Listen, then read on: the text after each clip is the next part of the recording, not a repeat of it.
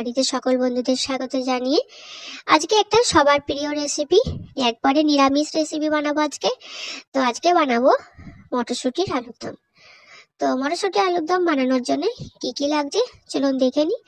তো আজকে বানাচ্ছি আলুর রেসিপি, তাই নিয়ে নিয়েছি আলু। তো আলুটা আমি এখানে ছাড়িয়ে নিয়েছি। তো এই আলুটা নতুন আলু ছিল। আর এখানে নিয়েছি টমেটো, মটরশুঁটি, আর নিয়ে নিয়েছি আদা বাটা, নিয়েছি টক দই। আর এদিকে আমি কড়াই চাপিয়ে দিয়েছি গ্যাসে। তো কড়াইটা গরম হয়ে গেলে দিয়ে দিলাম সর্ষের তেল পরিমাণ মতো। তো এবার এই তেলটাতে আমি আলুগুলো প্রথমে ভেজে নেব। তো আলুগুলো একটুখানি বেশি তেলেই ভাজবো, কারণ হচ্ছে একটু লাল লাল করে ভেজে নেব। তো আলুগুলো দিয়ে দিচ্ছি।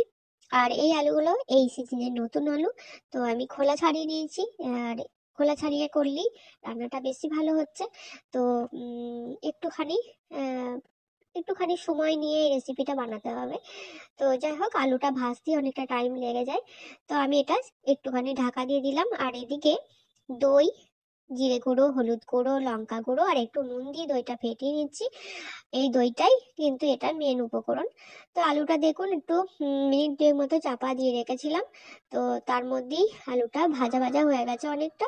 তো এতে আমি একটু হলুদ গুঁড়ো দিয়ে দেবো, তাহলে আলুর কালারটা খুব সুন্দর এসে যাবে। তো হলুদ গুঁড়োটা দিয়ে একটু ভাজা ভাজা করে আলুটা আমি তুলে নেবো। তারপরে বাকি প্রসেসটা শুরু হবে। তো এই তেলেতেই পুরো রান্নাটাই হবে। তো দেখুন আলুটা আমি এবার তুলে নিচ্ছি। আলুটা ভাজা ভাজা হয়ে গেছে। আর এখানেই অনেকটা আলুটা সেদ্ধ হয়ে গেছে। তো বাকি রান্নাটা করতে করতে আলুটা পুরোই সেদ্ধ হয়ে যাবে। তো তেলেতে দিয়ে দিলাম একটা তেজপাতা, দুটো এলাচ, দারচিনি, লবঙ্গ আর এক টুকরো দুটো লবঙ্গ আর গোটা জিরে। তো এই ফোড়নটা দেওয়ার পর আমি দিয়ে দিলাম টমেটো। তো টমেটোটা আমি থেতো করে দিয়েছিলাম। তারপরে টমেটোটা একটু কষিয়ে নেওয়ার পর দিয়ে দিলাম আদা বাটা 1.5 চামচ মতো, কারণ আমি আমার আলুটা যে পরিমাণটা নিয়েছি সেই পরিমাণ অনুযায়ী মশলাগুলো ব্যবহার করছি, আপনারা সেরকম ভাবেই ব্যবহার করবেন। তো তারপরে দিয়ে দিলাম মটরশুঁটিটা দেওয়ার পর একটু কষিয়ে নেব, কারণ আলাদা করে মটরশুঁটিটা আমি সেদ্ধ করিনি। এবার আমি দিয়ে দিলাম দইয়ের মিশ্রণটা। তো দইয়ের মিশ্রণটা দিয়েও একটু কষিয়ে নেব।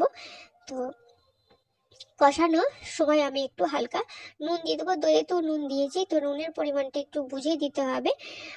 তো দিয়ে দিলাম 1/2 চামচ মতো নুন। তো এবার দিয়ে দিলাম 2 চামচ মতো টমেটো সস। তো টমেটো সসটা দেওয়ার পর আমি এরপর দিয়ে দেবো আলুটা তো অলরেডি নুন দিয়ে ভাজা ছিল, তাই আশা করছি আর এতে নুন ব্যবহার করতে হবে না। তো একবার চেক করে নেবেন যে বারবার নুন দিলে নুনের পরিমাণটা একটু 19-20 হয়ে যায়। তো যাই হোক, একটু আলুটা কষিয়ে নেওয়ার পর আমি এখানে মশলা বাটিটা ধুয়ে একটু জল দিয়ে দিলাম, কারণ একটু লেগে যাচ্ছে তলায় কড়াইটাতে। তো দিয়ে আমি একটু নেড়ে চেড়ে আবার একটু জল দেবো, কারণ হচ্ছে এটা আর একটু সেদ্ধ হবে। দেখুন আলুটা অনেকটা সেদ্ধ হয়ে গেছে, বাকি রান্নাটা করতে করতে আলুটা পুরো সেদ্ধ হয়ে যাবে। তো এবার দিয়ে দিচ্ছি জলটা। তো জল দেওয়ার পর আমি দিয়ে দিলাম 1 চামচ মতো চিনি, কারণ এখানে টক দই টমেটো দুটোই টক ব্যবহার করেছি, তাই একটু আমি চিনি ব্যবহার করলাম।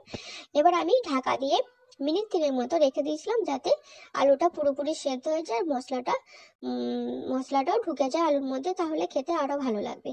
তো যাই হোক, এই গ্রেভিটা দেখুন অনেকটা গ্রেভি রয়েছে। তো আমি এই গ্রেভিটা একটু ঠিক করে নেব, কারণ আলুর দমে একটুখানি ঠিক আলুর দমের সঙ্গে ঠিক মশলা থাকলেই ভালো লাগে। তো এটা আমি যেহেতু মটরশুঁটি কচুরির সঙ্গে সার্ভ করব, তাই আমি একটু ঠিক করে নেব।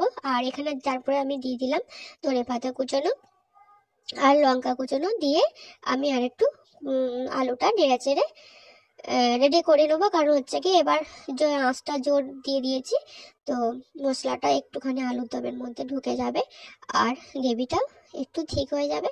তো আমার তো রেসিপিটা একেবারেই রেডি হয়ে গেল। তো বন্ধুরা, আপনাদের কেমন লাগলো অবশ্যই একটু যদি কমেন্টে বলেন, তাহলে আমার ভালো লাগবে, বা আমি কাজ করতে একটু উৎসাহ পাবো। তো আর আশা করছি এই নিরামিষ রেসিপিটা আপনাদের সবার ভালো লাগবে।